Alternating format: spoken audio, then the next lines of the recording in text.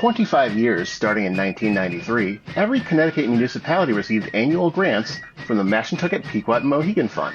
Since 2019, 44 towns have received nothing due to a state legislative override of the statutory formula that deprived those 44 towns and reduced funding for other cities and towns.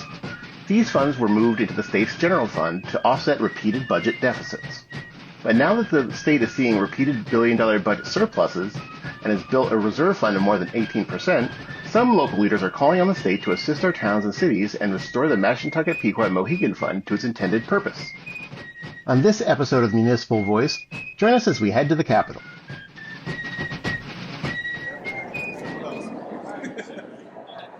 Good morning, everyone. Good morning. My name is Michael Pastro. I am the mayor of the City of New London, and I'm also proud to be the president of the Connecticut Conference of Municipalities this year. I stand here with a very strong coalition of municipal leaders, representatives of councils of government, and some great legislators to advocate for the restoration of the Mohegan Pequot funding for our municipalities. We have a great advocate with us in Senator Kathy Olston. We're going to hear from Senator Heather Summers. We're also going to hear from Representative Bill Pizzuto, Middlebury First Selectman Jennifer Marr, Montville Mayor Lenny Bunnell, Representative Antonio Felipe, and Brian O'Connor on behalf of CCM. I'd like to just quickly paint a picture for the importance of Senate Bill 388 to my city, the City of New London. 20% of the families in my city live below the poverty threshold. This is not acceptable. I lead a city that is comprised predominantly of the working poor. The burden for providing municipal services to the 48% of my city that is tax exempt falls upon the working poor. 60% of the city revenue, of my city's revenue, comes from property taxes. 30% of the revenue comes from the state. The regressive nature of our property, of our principal resource, the property tax, precludes my ability to simply increase property taxes without increasing the harm to our families. Tax-exempt properties and unfunded state mandates make my city heavily dependent on state aid to maintain municipal services. But this is what's happening to the state aid over the last decade and more. The amount of state aid to my city has decreased from 41% of revenues in 2017 to just 33% of our revenues in 2026. This has required a dramatic cut in municipal services, and most importantly, it disproportionately affects our school children and the city's ability to support our education system. Now, for the good news, and this has been a great legislative session with great hope for us, because we have found a path. To my left is one of the great champions, Senator Kathy Olston, who's been leading the charge. It was a great injustice a decade or more ago when the Mohegan Pequot Fund revenues, which were intended for municipalities, especially municipalities like mine, started to be diverted because of the state's own fiscal woes. That diversion has continued to this day, even though the state is much more healthier financially. There is no longer a need for the state to continue to divert those funds. The Mohegan Pequot Fund was created when Lowell Weicker gave our native tribes a monopoly on gaming. Those revenues were meant to support our municipalities in this state, especially the municipalities impacted by gaming. It's time to restore that funding. Senate Bill 388 does it. We are encouraged by the amount of support we have today, and we're going to hear from some of those advocates. I'd like to first turn it over to the champion for many years of restoring this funding, and that's Senator Kathy Olson. Thank you. Good morning, everybody. It's a pleasure to see all of you here today. It's vitally important that we get people to stand up and support this funding. So this year's bill is Senate Bill 388. We can call it whatever we want to call it, but it is restoring the Mashantucket Mohegan Pequot Fund to the level that it was when we first started gaming in this state. We're not even trying to get it to the level it should be based on inflation over the last 25 years. So 25 years ago or so, we were receiving $150 million that was parsed out amongst every single town and municipality. Today, it's down to $54 million that is being parsed out amongst those towns. And some towns have been brought down to zero, even if they are supposedly supposed to be receiving funds. So every town in this state was supposed to receive funding out of this fund. And both tribal nations have been by my side every year that I have submitted this bill. I'm on my 5th year of submitting this bill to say that it should be parsed out to every town and municipality. Actually, the money is split directly down the middle, where the state would keep 50% of the gaming funds and the towns would split 50% of the gaming funds. The fact is that in particular in Eastern Connecticut, the great preponderance of the consequences of us having two very successful industries in Eastern Connecticut should be receiving the great preponderance of the funds. That's not what happens. And this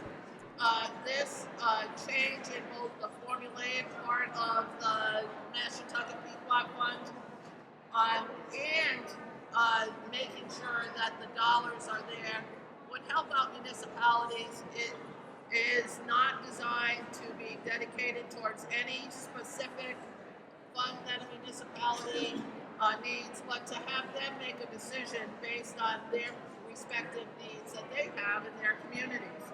Could help out education, could help out public works, could help out tax relief for their residents. These are things that we should be getting through the gate. Now, if you ever think that this hasn't happened before, under Governor Rowland, Governor Rell, and Governor Malloy, we were in a different position as a state, and we were holding on to those revenues. We're not there anymore. We're not there anymore. We have a healthy rainy day fund. We have paid down our pension obligations. We see, even this year, where there will be a little bit of a downturn on some revenue, our volatility cap is $1.8 billion in return to the state. We still have the capacity to do this. And in that 5-year time frame, it's passed out of appropriations every year at 100% of appropriations. All of us see, every one of the legislators here today, see the need to help out our municipalities. They all know that this is the right thing to do. Both tribal nations that provide us with this revenue, they're two of the single largest taxpayers and two of the largest employers in the state, and they want to see this money go to municipalities. That's been their commitment every single year that this bill has had. One year we got it passed by both the House and the Senate, and the governor vetoed. So our goal is to get it passed by the House and the Senate this session and have the governor sign it and start returning these funds as they should be into municipal governments to support them and to start turning the tide on excessive property taxes. That's what the goal is here. That's why we're doing this, and it's very important for us to get this done. I thank you all for coming today. I thank everybody that's here for coming today and standing with us in this effort and endeavor to get this through. Thank you very much.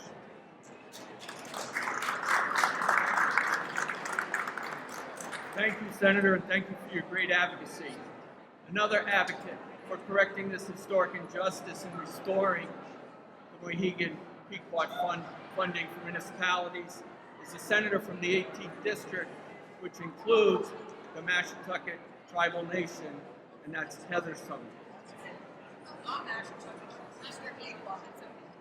Okay, I stand corrected. Kathy represents both tribes. I have Kristen too. That's part. We share. Senator Heather Sumner. Good morning, everyone.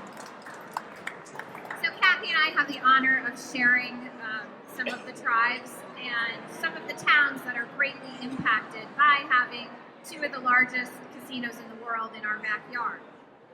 Today, for me, I've signed on to this bill for probably the last 5 years. This is something that the legislature has wanted, the House wanted it, the Senate wanted it, the governor has vetoed it in the past, as you've heard, but as you've heard from Senator Austin, we have the capacity to make this happen this year. This is a promise that was made to our municipalities when we first entered the agreement with the two tribal nations, and it is a promise that has not been honored. It's time to make good on the promises that this legislature has made and that governors in the past have made. For me, this is really about fairness and keeping our promise to Connecticut's towns and their cities. As a former mayor, the only way that you have to raise funds for your town is property taxes.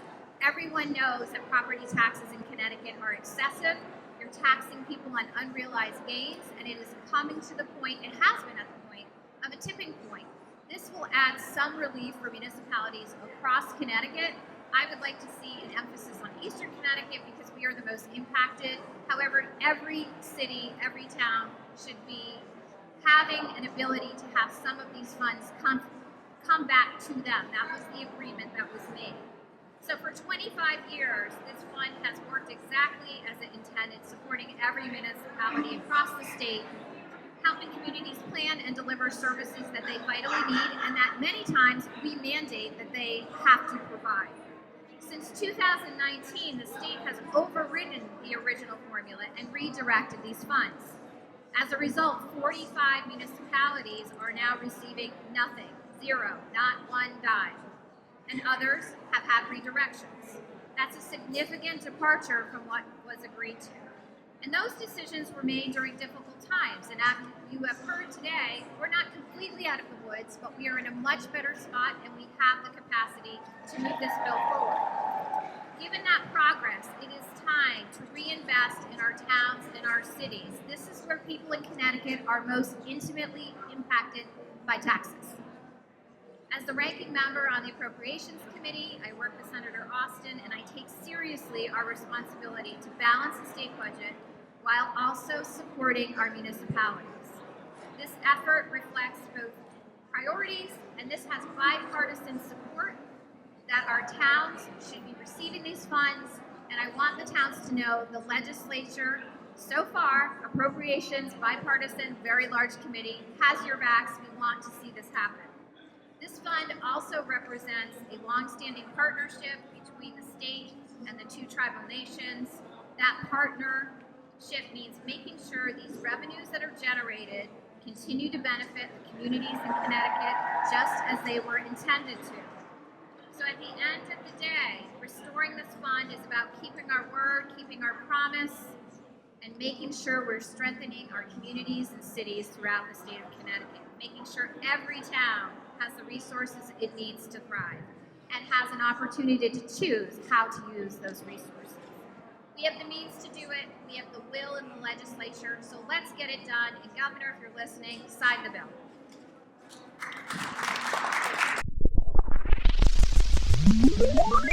You are listening to the Municipal Voice on WNHH 103.5 FM.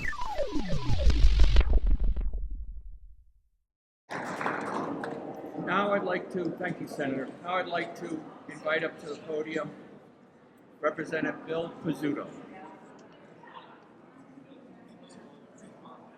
It's my pleasure to be here. What my colleagues have said before me, anytime a sovereign nation decides to share its profits with our cities and towns, we should not stand in the way. I was able to proud to co-sponsor this bill with my colleagues, and to think that the cities and towns don't need that money. They live in a dream world. The ECS funding and so forth is not there, but yet our rainy day funds and our state budget is fully funded. So what I'd like to see is the support that these towns and cities need.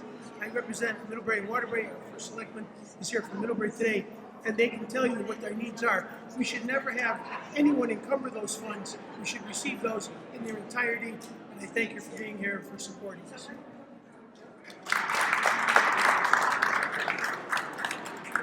Thank you, Representative. And now I'd like you to hear from a municipal leader, Middlebury First Selectman Jennifer Moore.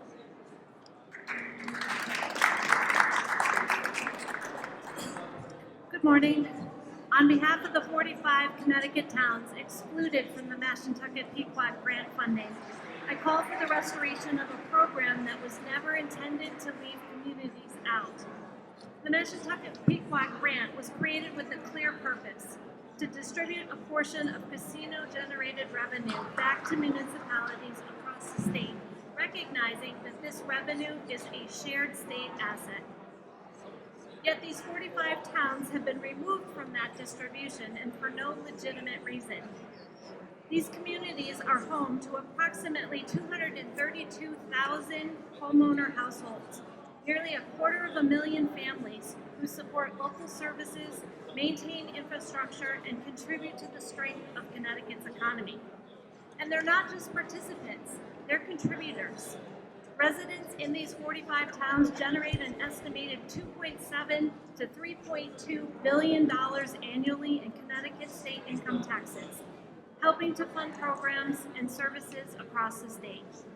And at the same time, Connecticut has one of the strongest fiscal positions in its history, with a fully funded rainy day fund and also continual operating surpluses above the budget that we've set. Most importantly, the Governor and the General Assembly have made clear that their priorities include expanding affordable housing and making Connecticut more affordable for our residents. That is exactly why this issue matters. When state funding is reduced or eliminated, the burden does not disappear. It shifts directly onto local taxpayers through increased property taxes or reduced services like public safety, infrastructure, and education, all of which makes it harder, not easier, for residents to afford to live in their communities. If we are serious about affordability, we cannot ignore the impact of state decisions at the local level.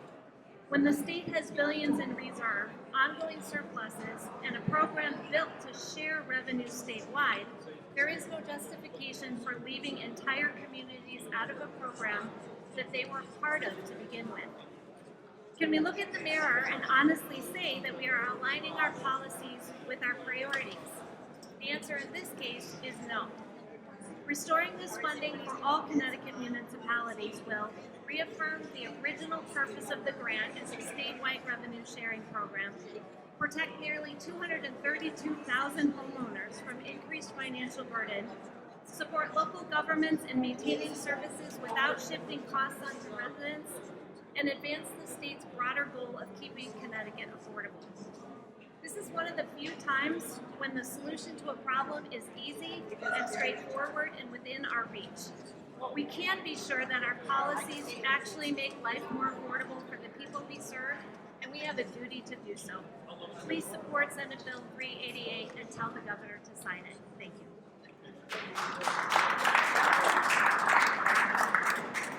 Thank you, First Selectwoman. And now the Mayor of the town of Wanville, which includes the Mohegan Tribal Nation.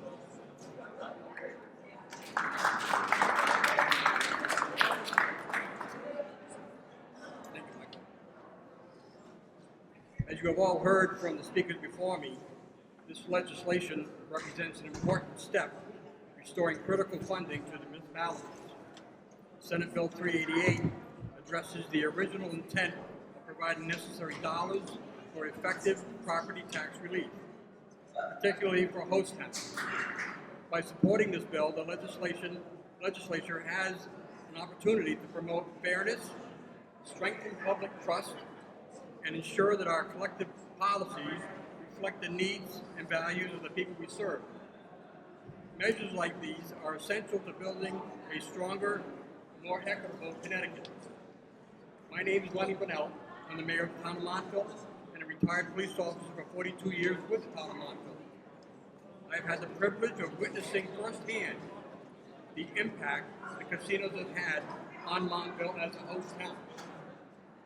I've also had the privilege of being part of the growing partnership between the Mohegan tribe and the town of Montville, a partnership that recognizes the benefit that we have for each other in terms of growth and development.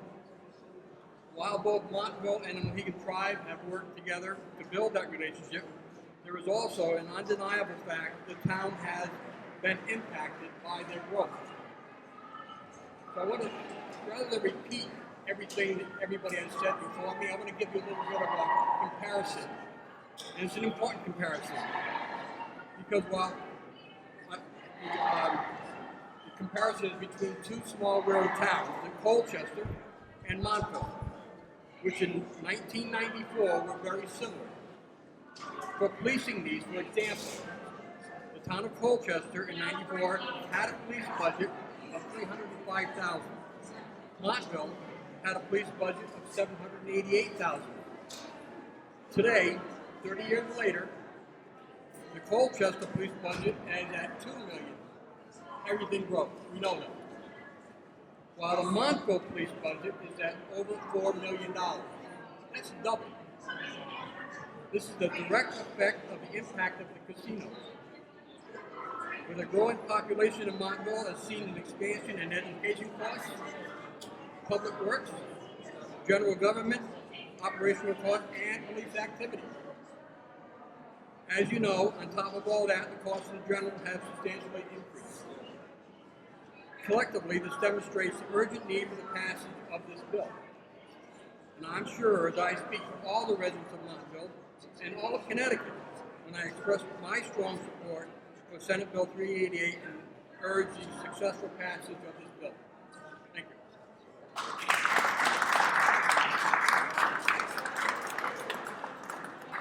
Thank you, Mayor Bunnell. Now I'd like to invite to the podium Representative Antonio Felipe.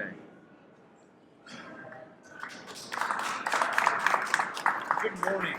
Serving on the Appropriations Committee under Kathy Austin and Tony Walker, you learn a few things over the years, and I learned that at some point the state was in a deficit, and when we were in that deficit, they started to sweep this fund, and all of that is coming to fruition now.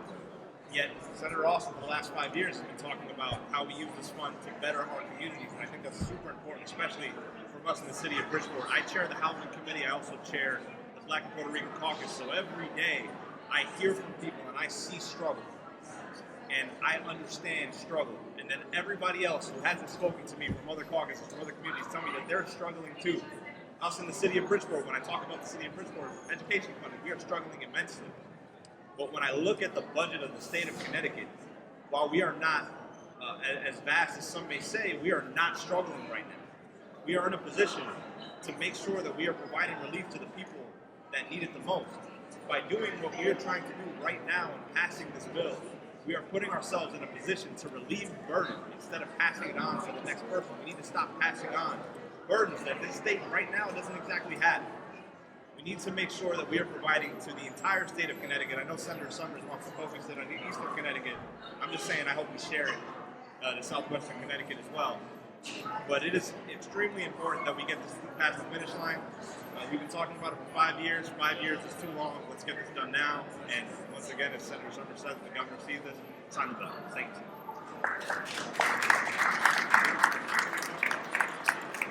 Thank you, Representative. And now, to wrap it up, representing this great coalition of Connecticut's municipalities, CCM, CCM's Brian O'Connor.